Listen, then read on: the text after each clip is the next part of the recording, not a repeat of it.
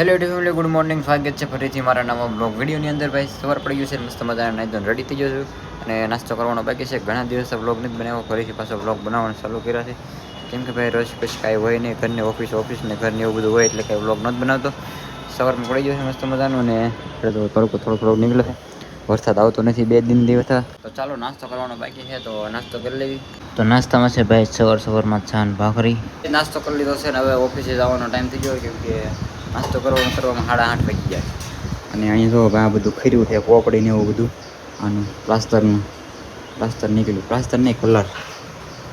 Plaster તો આ છે, કલર ઉખડી ગયો છે. આમ જો હજી ઉખડે જ છે. આ બધું ખરી ગયું એટલામાં જો હું આ ભીનું છું ને એટલે ભેજ લાગ્યો. જો ને અહીંયા શું કરી ગયું છે, અહીંયા ભીનું છે. ભીનું એ બધું ઉખડે છે. તો મિત્રો બપોર પડી ગયા છે, ઓફિસે જેવી આવો છો ઘરે જમવા. અને અત્યારે જમવાનું બનાવ્યું છે ભાઈ ગાંઠિયા ડુંગળીનું શાક છે, બરાબર. ને ત્રણે બે ગયા સુધી જમવા.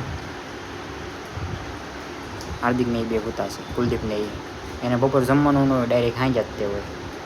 બપોરે ભૂખ્યું રહેવાનું હોય કે ભૂતા હોય, ખાવા જાગે ક્યારેક ક્યારેક. હા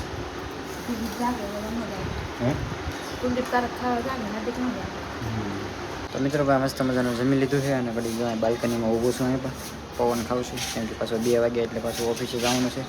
ઘડી પોરો ખાઈ લીધી, 1:30 વાગ્યો છે અત્યારે.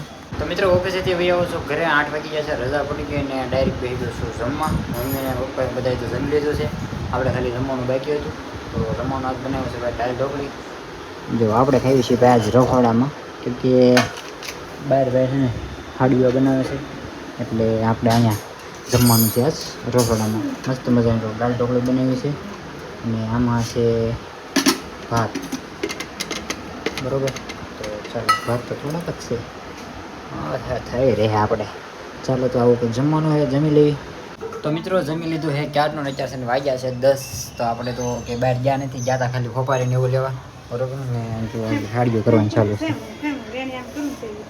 કેમ હું એમાં શું બતાવું છે રેણિયાને કરવું તે? હે બોલ શું કરવાનું?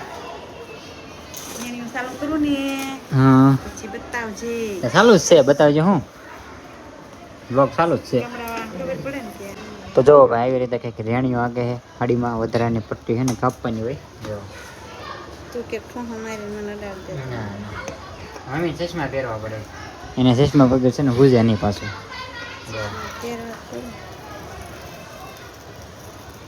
આ છે ને ઓલું આવે આપણે વાયરિંગનું ઓલું હાથલો કહેવાય ને, કલ્લીથી ઓલું હાંધવાનું, વાયર હાંધવાનું સર્કિટમાં એ આવે. એનાથી કાપવાની એવું વધારાની જાવડિયા. ઘરનું લેવાનું આપણે 150 રૂપિયાના આવે. બાકી આવી પટ્ટીઓ નીકળે તો વધારે લીરા એટલી બધી બનાવી નાખીએ મસ્ત. જો અલગ અલગ ડિઝાઇન હોય બધી. હા એને પપ્પા બનાવે. તો મિત્રો 12 વાગી ગયા છે અને હવે હોવાનો ટાઈમ થઈ ગયો છે, બરોબર. અહીંયા જો હાડીઓ પણ કમ્પ્લીટ થઈ ગઈ છે. તો આપણે હવે સુઈ જઈએ. બ્લોગ પૂરો કરી. વિડીયો કેવો રહ્યો કમેન્ટમાં કહેજો અને લાઇક કરી દેજો, શેર કરજો અને ચેનલને સબસ્ક્રાઈબ ન કરવી તો સબસ્ક્રાઈબ કરી નાખજો. મળીએ પછી કાલે એક નવા બ્લોગમાં. ત્યાં સુધી બધાને બાય બાય. આપણે હવે સુઈ જવાનું રહે. બ્લોગ એડિટ થાય કાલ અને સડી જાય કાલે, બરોબર. ચાલો બાય બાય.